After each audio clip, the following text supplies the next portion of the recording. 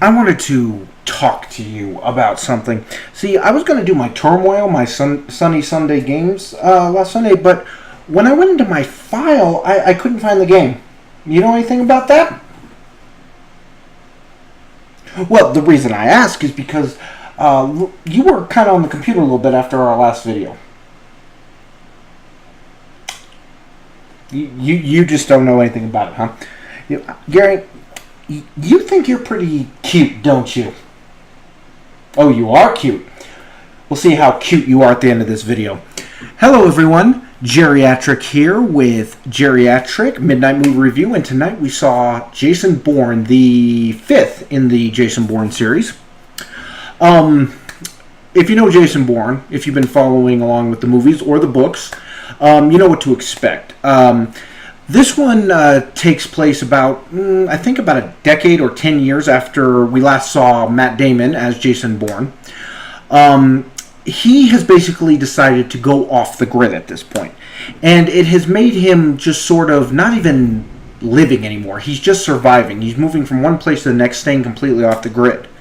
At this time, Nikki Parsons, played by Julia Stiles, has become sort of a hacker, almost in the Edward Snowden or the WikiLeaks thing, and she's downloaded from the CIA all of the relevant files about all the programs that have created agents like Jason Bourne. Of course, the CIA knows about it, and its director, who's played by Tommy Lee Jones, decides to go after Jason Bourne, which, if you watch the movies, is always a bad idea. I like this movie. The Jason Bourne films, I think with the Bourne Identity, the first one, really showed us kind of a different sort of secret agent. A lot of people have said that Jason Bourne is kind of like the American James Bond. He's kind of our secret agent. But with the Bourne Supremacy, the second film, is when Paul Greengrass came on, and that's when everything really started to click. The camera movement, the cinematography, the action. And this movie is really about a kind of a, what if you found out that you were like an agent and maybe you left and you had all these problems, but what if you found out later that the choices that you thought you made to become this agent were actually not really choices at all, that maybe you were led to do this? And that's kind of the backbone of this film, is that Jason Bourne, who has remembered, if you remember, the premise of the first one was he didn't know who he was, has remembered everything, but you start to realize that there are some things even he didn't know. And when he finds out, he, becomes Jason Bourne. Matt Damon, who was not in the Bourne Legacy, Jeremy Renner picked it up from him, is very good. He knows this character because he's done it for so long. We don't see kind of the self-satisfied guy having a good time. Look at Daniel Craig as James Bond.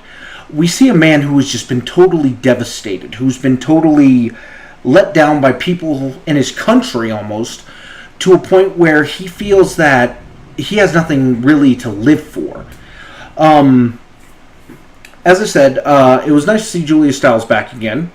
She's again a character she knows, and we see with her kind of the repercussions of Jason Bourne's activities. Yes, Jason Bourne has in the previous movies unearthed this conspiracy, let everybody out, punished those things, but what are the casualties that are left behind? Tommy Lee Jones, there's very hard to find a bad Tommy Lee Jones performance.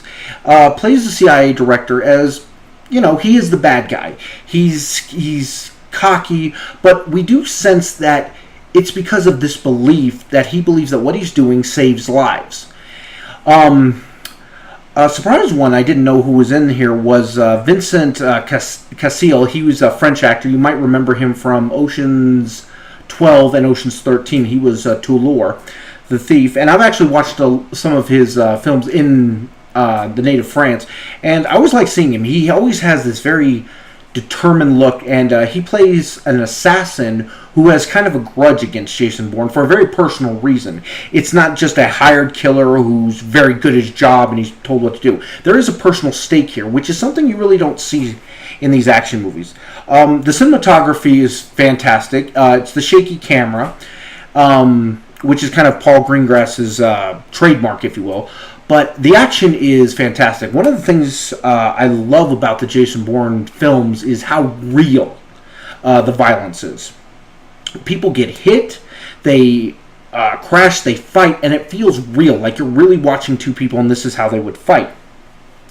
Locations are beautiful. We go from Athens to Rome to Las Vegas, and it's also kind of topical about the fact about privacy. Again, I don't want to spoil a lot, but there's a technology thing in about when you want a free internet, when you say, well, we need to protect privacy, what are you really creating? That's kind of the question. And like the best movie questions or themes is that there is really no definitive answer. Both sides have a point in what they're trying to do.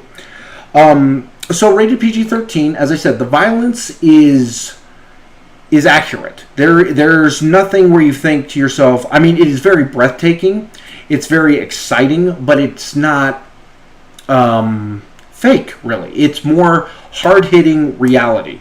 The shaky camera can sometimes, I've heard that people sometimes get a little motion sick, so watch that. But yeah, go see it. It's a great action film.